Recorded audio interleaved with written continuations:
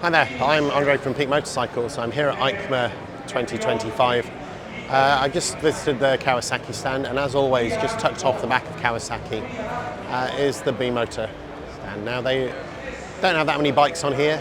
They don't bring out that many new bikes, and I think most of these have probably been seen in previous years' coverage. But given that maybe there's some new people coming to the channel for the first time, and maybe you haven't seen them, this is an opportunity to show you just some of the frankly insane engineering that goes into these Bimota bikes.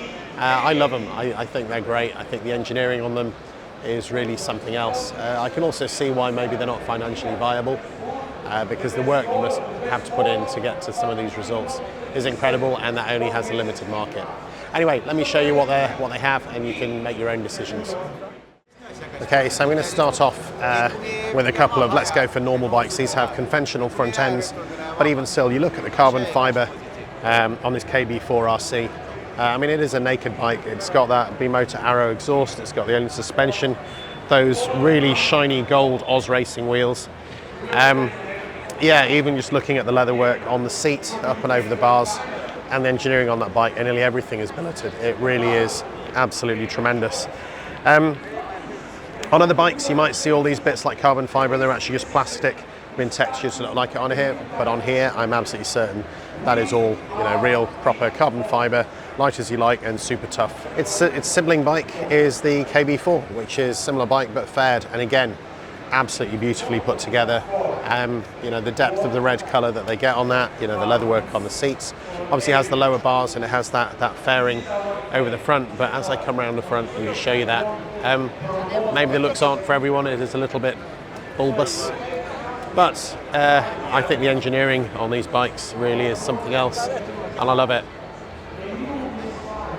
As you can tell, I'm a bit of a fan, so if it gets annoying, I apologise. Something which I think might be new, I'm not sure if I've seen this before, is the KB998 Rimini. It does have a conventional front end, however the rest of it is anything but. Definitely a race bike.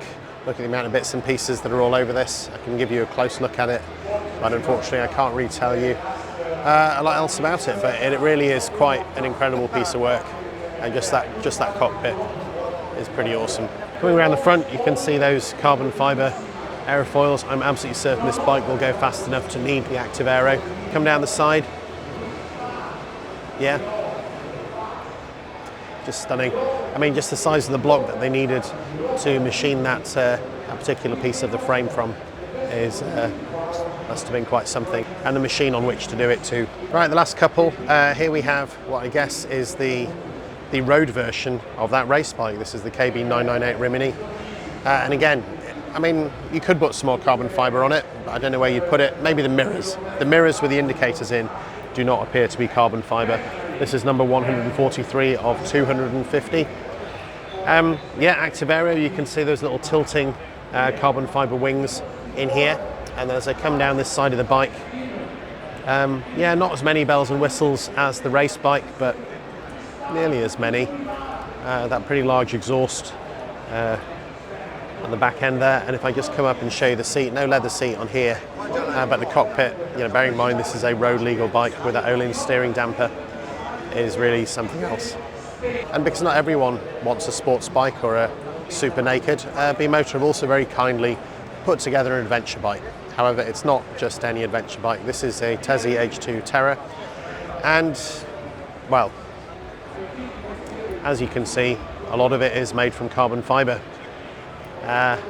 Coming down this side of it, it has that big Krapovich exhaust. You can see all the Öhlins suspension. It actually looks like there's two units in there.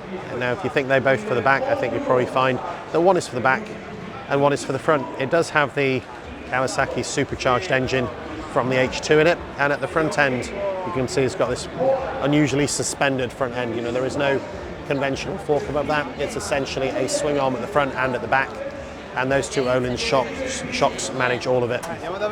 So yeah, it really is quite an incredible piece of work on this TESI H2 TERA.